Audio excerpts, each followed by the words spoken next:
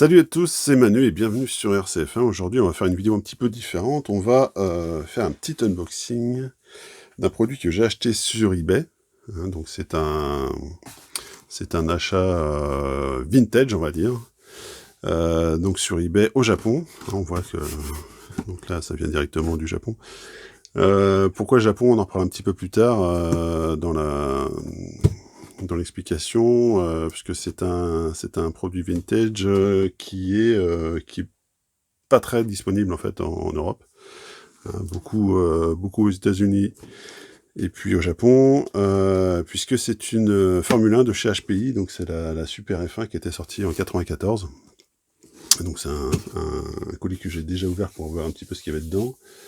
Donc cette Super F1, donc HPI, pour revenir sur l'historique, HPI, c'était une marque qui veut dire Hobby Products International, qui était sortie en 1986, qui faisait essentiellement des options et puis des moteurs, des trucs comme ça. La Super F1, c'est vraiment leur premier châssis en tant que marque, en tant que telle. Donc, il est sorti en 94. Ils ont sorti après une autre F1 dans les années 2010, la Formule Athènes, à l'époque de la F104, qui a eu beaucoup moins de succès, qui était un petit peu plus fragile et puis qui avait des petits soucis de conception. Cette Super F1, donc elle était sortie, bon, on va les regarder. Le plus simple, c'est de regarder dans la boîte. Donc, cette Super F1, elle est sortie en deux versions, une version en fibre de verre et puis une version en carbone. Ici, donc j'ai acheté la version carbone un petit peu plus haut de gamme. Donc c'est un châssis à restaurer, c'est pas un châssis neuf bien sûr. Et puis avec le manuel, on va essayer de mettre la boîte de côté. Voilà. Donc une super F1 donc full carbone, qui avait l'avantage à l'époque donc d'utiliser des pneus de Pancar, les pneus mousse de Pancar. Donc on va retrouver le même système de fixation que les pneus Pancar, c'était la 4 vis à l'avant et puis des petits roulements impériaux épaulés à l'avant, système de vis à l'arrière, pardon. Et puis à l'arrière, donc on va avoir un axe, tiens, on va mesurer, parce que je sais même pas. Je pense que c'est un axe impérial aussi. Pour l'arrière, ouais, 6,2, donc ça veut dire que c'est un axe impérial, donc on pourra éventuellement, si on casse, le remplacer par un autre axe d'une autre marque, du X-Ray, du Roche, du Phoenix, qu'on veut. Donc là-dessus, il n'y a pas de souci. Le seul truc qu'il n'y a pas, donc il manque un petit peu de pièces dans comment ça s'appelle, dans le carton. Donc il montrera notamment les excentriques pour régler la hauteur de caisse. Donc je verrai peut-être pour en faire en 3D, on verra. Donc sinon l'avantage de ce châssis, c'était la compatibilité avec pas mal de pièces de Tamiya à l'époque. Notamment on pouvait mettre les ailerons Tamiya d'origine. On a aussi la possibilité, on le voit en dessous, de mettre un train avant de F103 ou de F104, peut-être pas le F104, si remarquez, ça a l'air d'être les mêmes emplacements. Mais au moins de train avant de F103, c'est sûr.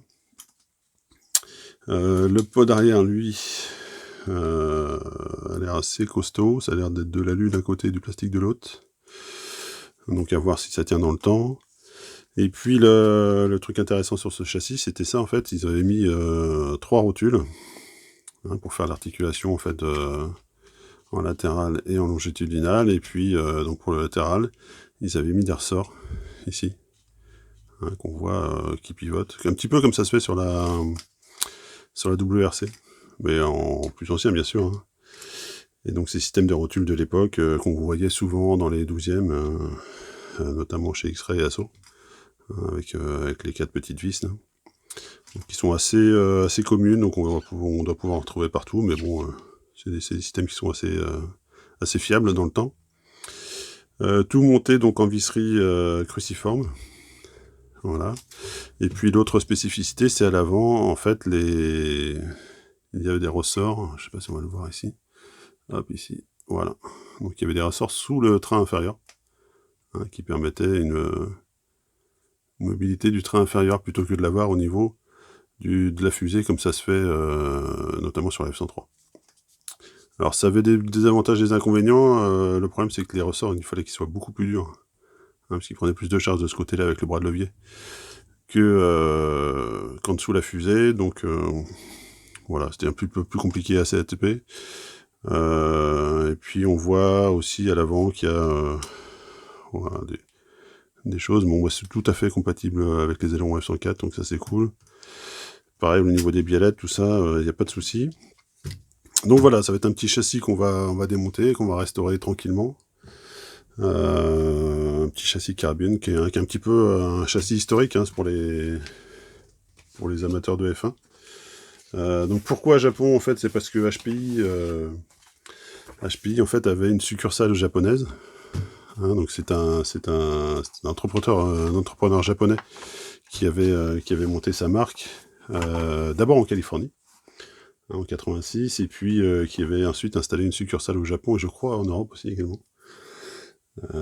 Donc c'est pour ça qu'on retrouve en fait pas mal de Super F1 au Japon aussi. Hein, on sait que les Japonais sont très friands de F1. Donc forcément, le manuel, voilà, il y a du japonais avec. Hein, donc petit indadam. En fait, là par exemple, ils expliquaient comment monter. On a l'impression une support d'accu de F103. Donc on voit qu'il y a pas mal quand même de codes qui ont été conservés par rapport à la Tamiya. Donc l'avantage c'est ça, c'est par exemple si on casse le train avant, on pourra mettre un train avant dans F103 sans souci. Sûrement pareil pour les bloqueurs d'accu, tout ça. Donc tous les ailerons, tout ça, c'est nickel. Voilà, donc il n'y a pas grand chose d'autre à en dire. Donc c'était un châssis un petit peu plus performant en fait que la F103 à l'époque. Hein, puisqu'on avait plus de réglages, on avait des réglages de carrossage à l'avant, un petit peu plus de réglages au niveau des suspensions, tout ça, des différents ressorts. Donc il marchait un peu mieux, puis full carbone aussi. Donc on va tester tout ça tranquillou